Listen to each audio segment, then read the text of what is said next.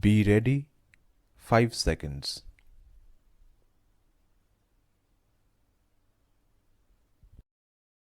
Honorable Chairperson, Sir, I thank you for this opportunity given to me to speak on the Public Examinations Bill 2024.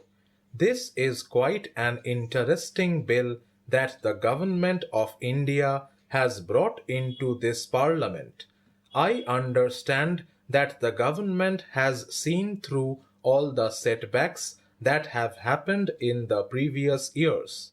When a law is being enacted and is brought in the Parliament, it means that there had been some bad instances in the past and are now bringing a law.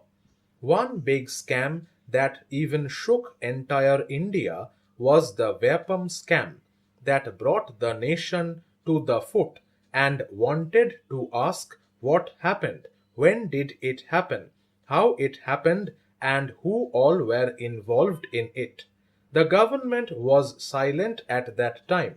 After that, many competitive exams were held in all parts of the country. There was news in the newspaper and on television that people were jumping into the windows and prodding the candidates. They were telling the candidates all the answers from the window. There were other candidates also. It was all there in the news. The government was silent about that. After all these years, there are so many people who have been punished. A study conducted by one of the leading papers says that 1.5 lakh students have lost their livelihoods. These questions have not been answered in the bill at all. The bill only talks about punishment and fine being imposed. But the bill has not talked anything about how these can be controlled.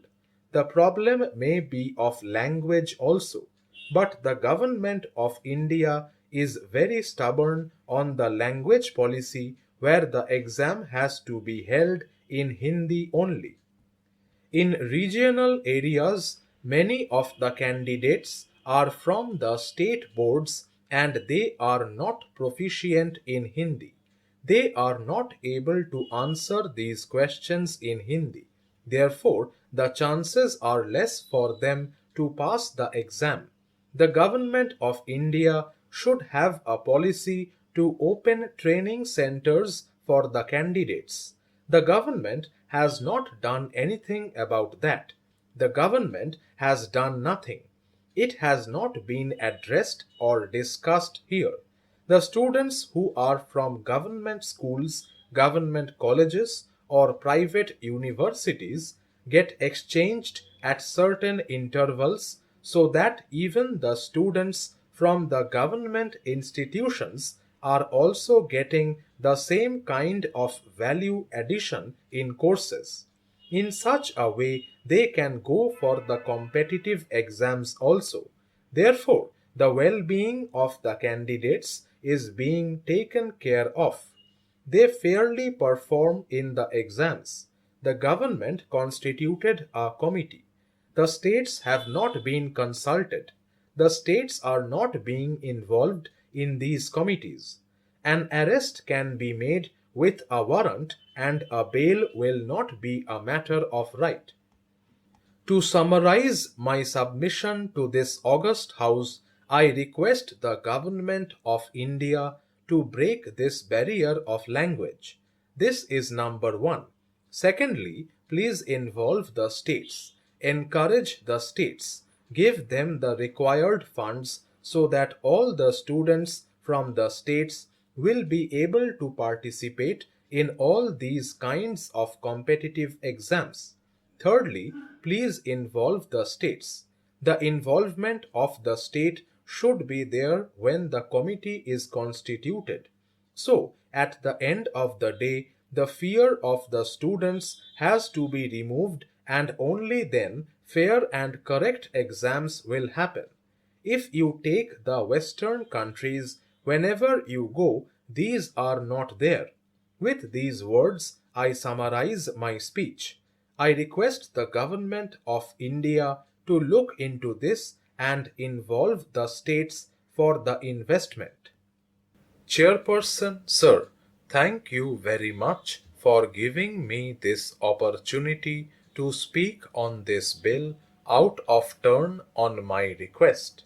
Sir, I strongly oppose this bill. So, I fully support my learned brother who has just now spoken about it. This bill is being introduced and also being taken for discussion in a very light manner. I have gone through the debates of the Rajya Sabha also. It is missing. I would like to know from the minister what is the intent of the bill.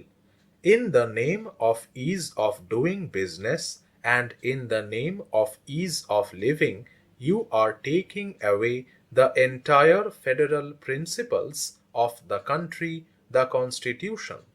Also, ecological protection laws are being violated.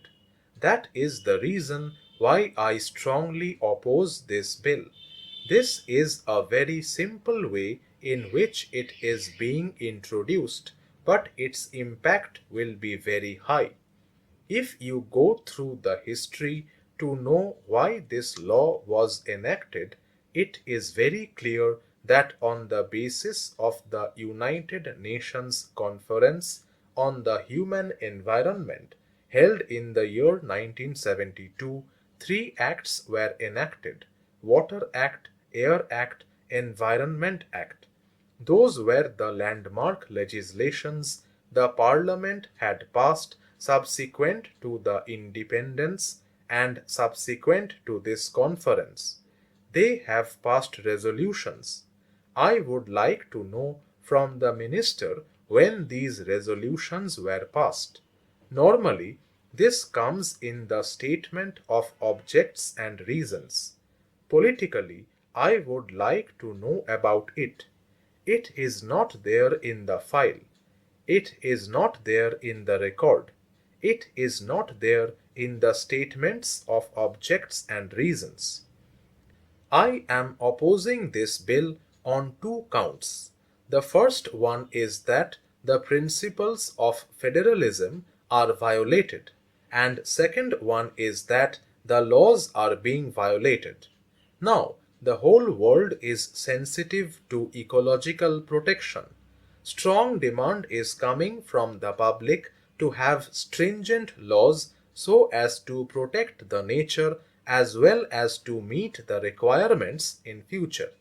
All the ministers were very vocal in supporting the protection of environment and ecology. After that also we had a discussion, but we have never expected such a law from the minister.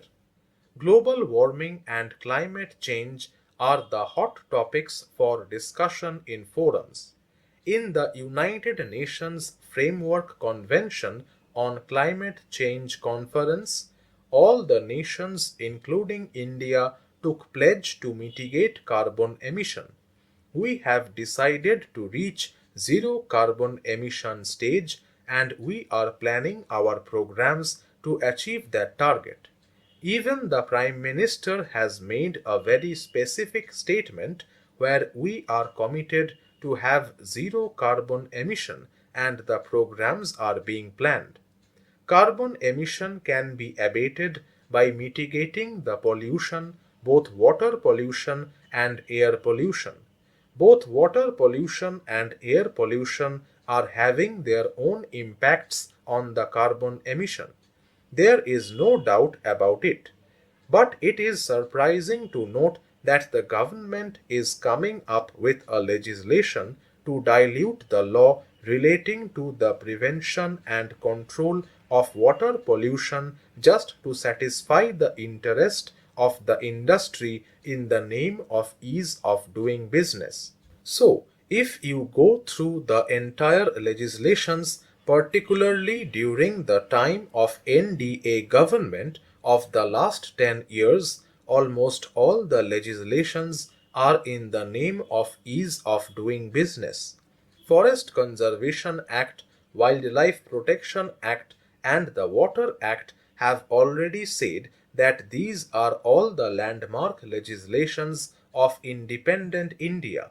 We are able to protect the existing forest coverage only because of the provisions of the Forest Conservation Act.